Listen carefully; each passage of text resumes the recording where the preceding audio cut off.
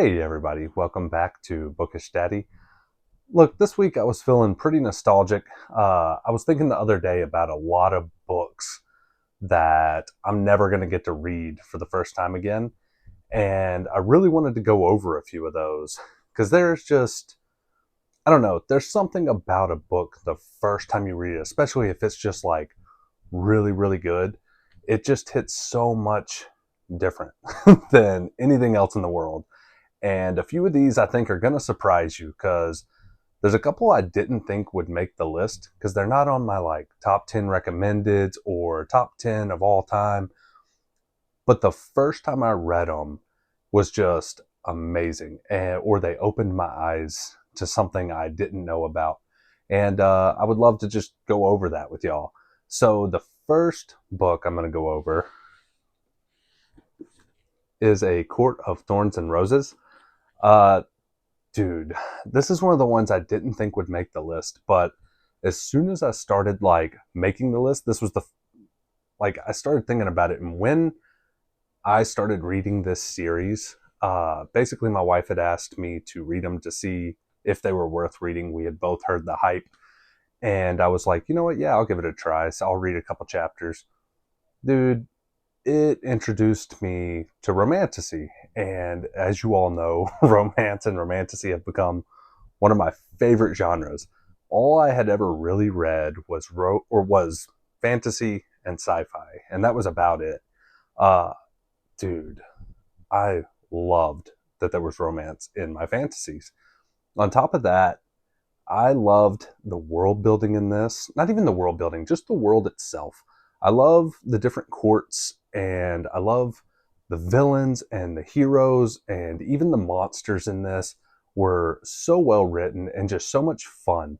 And I think that's why I highly, highly wish I could read this again for the first time, because there's a lot of stuff from this book to A Court of Mist and Fury that just blew my mind, and I was obsessed with it.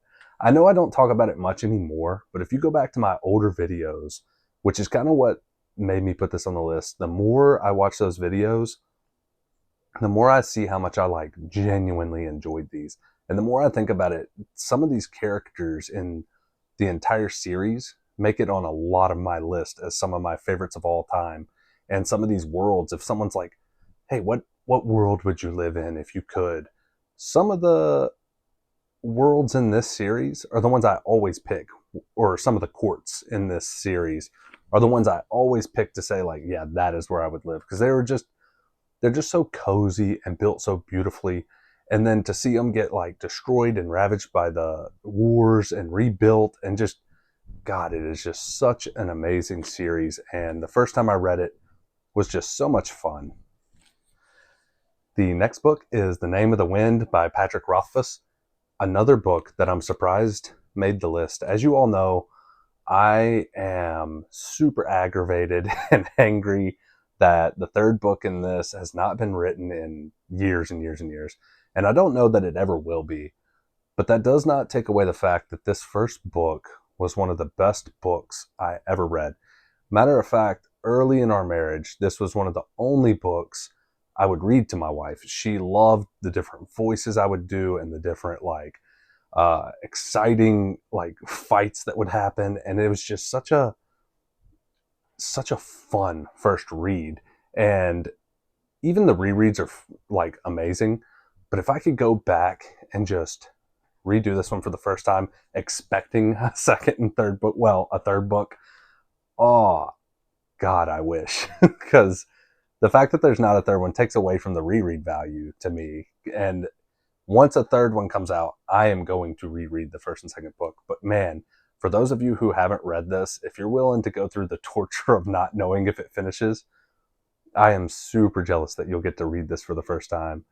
It is about a bard who, he's a classic bard, and it's so rare you get that in a book. It's usually like a warrior or a monk or a mage, but he is just a classic bard who is like, he plays the lute and he's good with the sword, and he's got little bits of magic to him, and he's a wanderer. He goes through the world just being awesome, honestly. Uh, Dude, I cannot say enough. Like the way the magic system in this was built, almost scientifically, and the way some of the darkness in the realm is portrayed is just so beautifully done. It is one of the best books I have ever read, and I hope that a third book comes out. But dude, if I could reread this again for the first time, I would in a heartbeat. The next book is Caraval by Stephanie Garber. I'm sure you all have heard me talk about this. It is a YA fantasy, and I picked this because it is the first like true YA I ever read, especially a YA fantasy like series, and it just blew me away. Especially the first time I read the first book was phenomenal. It is just one of the most whimsical and like dreamy books I have ever read. And Stephanie Garber, I'll say this every time I talk about her, is one of the best at describing outfits and atmosphere. So when you walk into a room, the way that she describes everything around the characters, the other characters in the room, the vibe, the music, the sounds, oh, dude, it is so perfect. And this book is just, it was just so much fun. It was so tipsy turny and like magical that I really, really wish I could read this again for the first time because it really opened my eyes to what YA books could be. I never read YA, just like I had never read romantasy, because I didn't think they were for me. I was just like, it's going to be childish, or how are they going to portray certain things while keeping it like young adult? I don't know what I was thinking, but this definitely like destroyed all of those like limitations I had put on YA, and now I read YA all the time due to these books. The next book is a classic for me, and it is Ready Player One by Ernest Cline. Oh, dude, I see people hate on this book, and I see people love this book, and I see some people in the middle. It's one that like I've seen every opinion on it, but mine is I wish I could read this for the first time again. It is just amazing, and so it is like a dystopian. The world has gone to crap. It's very depressing. Everything is like beaten to a pulp. It's post-apocalyptic almost, but there's this VR video game system that the world has kind of like all joined together and decided like this is how we'll escape this crappy world. And the guy that created this world is about to pass away, or when he's about to pass away, he releases to the public like, hey, I hid an Easter egg in this video game, and whoever finds it gets all my riches. Kind of like Willy Wonka gets the whole, all my billions, my mansion in the real world, and everything in the game. And so everyone's got this like years and years long escape where they have a purpose. They're in this game, they're searching, and the main character in this is down on his luck. He's never really left his video games, so he's like a perfect person for this. And dude, the way this book is written, if you love video games, and I'll say it's going to sound weird, but anything 80s. So the guy that built the VR system was raised in the 80s, and he loves 80s music, video games, TV shows. And so like all the trivia in this and the lifestyle in the video game is based around the 80s, and the atmosphere is all 80s. It is so much fun, and I wish I could read this for the first time again. The next book is on almost all of my list, so you're probably tired of hearing about it, but it is Darth Bane's Path to Destruction, Star Wars. My favorite sci-fi of all time, my favorite evil villain of all time, but it's told from his point of view. He's a Sith Lord. He basically instituted the Way of Two and created what the Sith are today. Oh my goodness. The audiobook, the book, the world is all just my favorite. And the first time I read this, it was lights out. Like I was so gung ho on sci-fi. It's like all I read for a minute, and my eyes were just open. I never wanted to watch the Star Wars movies again. I never wanted to like delve into things. I really honed in on sci-fi for a minute, especially the Old Republic, whether it was Bane, Plagueis, Malak, Revan, all of them. I was obsessed, and this started all of that. The audiobook is so immersive and well done that if you're ever looking for something to just listen to that's sci-fi, I am begging you. The first book in this series, The Path of Destruction, is so much fun. And this book, it had to make the list. Ooh, my favorite on the list is Homeland by R.A. Salvatore. It is the first book in the Legend of Drizzt. This is the series I have read multiple times more than any other series. It is probably the longest series I've ever read. It's like 34 books. These got me through multiple deployments. These got me into fantasy. Like I started reading these at 17, 18, and 18, and they blew my mind. This is literally what got me into fantasy. Like growing up, I had read like Chronicles of Narnia, Harry Potter, stuff like that. Uh, and they were good. But like as an adult, once I had like put all that behind me, when I picked this book up, it changed everything. And to be able to like relive that again would just be awesome. I mean, these books, they're phenomenal. They are, if you're into D&D, drow, elves, dwarfs, good versus evil, this is the epitome of that. And one of my favorite world builders ever is R.A. Salvatore. The character development in these is out of this world. The side characters and companions like Guinevere, got the name wrong. They're all just so freaking good. These books had me on a roller coaster of emotions. Uh, it's just so freaking good, and I wish I could read these again. Another Sarah J. Maas, Throne of Glass. This is kind of the whole series, not specifically this book.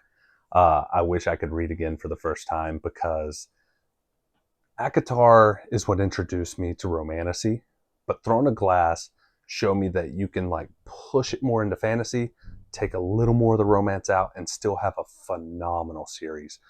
The fact that these were written when Sarah J. Maas was as young as she was always blows my mind. The relationships in this, the world building, the trickiness, the everything, the character development, some of the characters in this that I like loved, hated, loved again. It was just so good.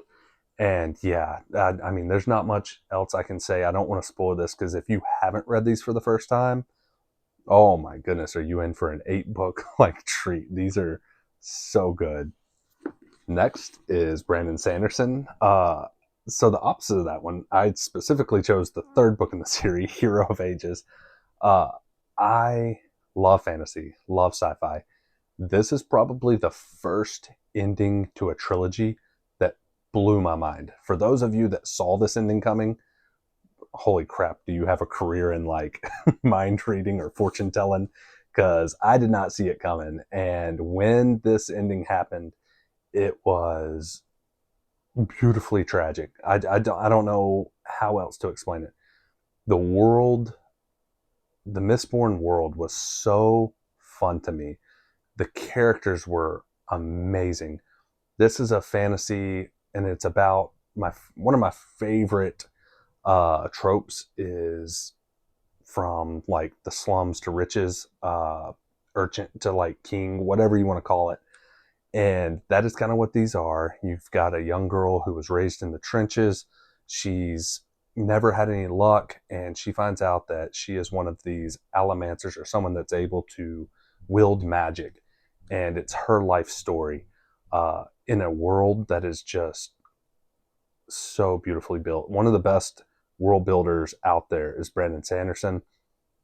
The first time I finished this book, my mind was blown. I reread the last like 3 chapters multiple times, wishing at that moment that I could go back and reread this book again because so much happens in this book that I never foresaw, and just the way it wraps up is beautiful. A matter of fact, there are 6 other books in this series, and I have not read them because I thought that this ended so beautifully. Even if they're a different time period, different people, I never wanted to continue these. So I know that I need to get back into Brandon Sanderson's world and really delve into it. But it almost like I didn't want it to continue. It ended so perfectly. So if you have not finished this series, the third book is just, the first one's amazing, second one's okay, but the third book is just out of this world. Next is another book I did not think would make this list. It is Fourth Wing by Rebecca Yarros. Dude, so you have all heard me rant and rave about book 2 and 3 in this series. That does not take away what book 1 was. If you go back and watch any of my videos, you'll see that this was in my, like, it was my favorite read of the year.